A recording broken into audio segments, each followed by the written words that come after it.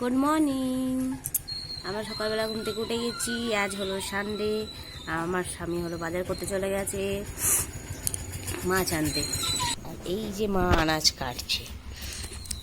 এখানে হবে হলো বেগুন ভাজা হবে বলছে, আর মাংস হবে, চাটনি হবে, যেসব কাটাকুটি করতে বসে পড়েছে। এই যে আমাদের মা